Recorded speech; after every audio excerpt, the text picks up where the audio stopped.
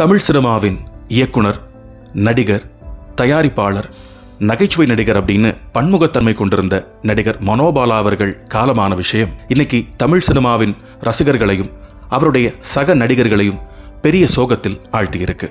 ஒரு 3 மாசத்துக்கு முன்னாடி ஒரு தனியார் மருத்துவமனையில் நெஞ்சு வலியின் காரணமாக அவருக்கு ஆஞ்சியோகிராம் செய்யப்பட்டிருக்கு. இந்த நிலையில இவர் கல்லீரல் பிரச்சனையினால இன்னைக்கு இறந்திருக்காரு.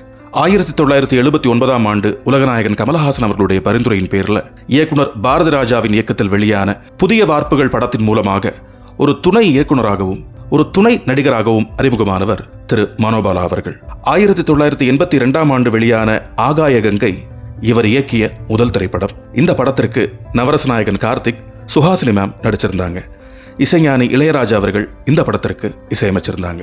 35 வருஷத்துக்கும் மேலாக தமிழ், கன்னடம், ஹிந்தி உட்பட 40 படங்களை இயக்கியவர் நடிகர் மனோபாலா அவர்கள். தமிழ், தெலுங்கு, மலையாளம் உட்பட 700க்கும் மேற்பட்ட படங்களில் நடிச்சிருக்காரு. 1987ஆம் ஆண்டு இவருடைய இயக்கத்தில் வெளியான ஊர்காவலன் படத்துல சூப்பர் ஸ்டார் ரஜினிகாந்த் அவர்களுடைய வழக்கமாக இருந்த அவருடைய ஹேர் ஸ்டைல புது லுக்ல கொண்டு வந்த பெருமை இவரையே சேரும். இது போக 2014ஆம் வருஷம் இயக்குனர் H. வினோத் அவர்களுடைய இயக்கத்தில் நட்டி என்கிற நட்ராஜ் நடிப்பில் வெளியான சதுரங்க வேட்டை திரைப்படத்தின் மூலமாக ஒரு தயாரிப்பாளராகவும் தமிழ் சினிமாவில் அறிமுகமானவர் நடிகர் மனோபாலா அவர்கள். நடிகர் மனோபாலா அவர்கள் வெள்ளித்திரை மட்டுமில்லாம சின்னத்திரையிலையும் தன்னுடைய முத்திரையை பதிச்சிருக்காரு அப்படின்னு சொல்லலாம். ஏன்னா 19 தமிழ் சீரியல்ல இவர் ஆக்ட் பண்ணியிருக்காரு. இது போக 2019ஆம் ஆண்டு த லயன் கிங் அப்படின்ற மிகப்பெரிய ஹாலிவுட் மூவியில ஜான் ஆலிவருக்கு டப் பண்ணவரும் இவர் தான்.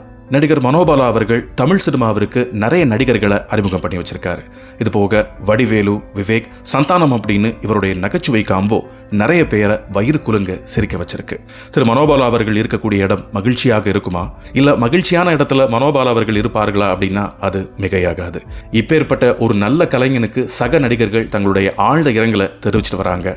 இந்த கடினமான சூழ்நிலையில SS மியூசிக்கும் தங்களுடைய ஆழ்ந்த அனுதாபங்களை நடிகர் மனோபாலா அவர்கள் குடும்பத்திற்கு தெரிவித்துக் கொள்கிறது.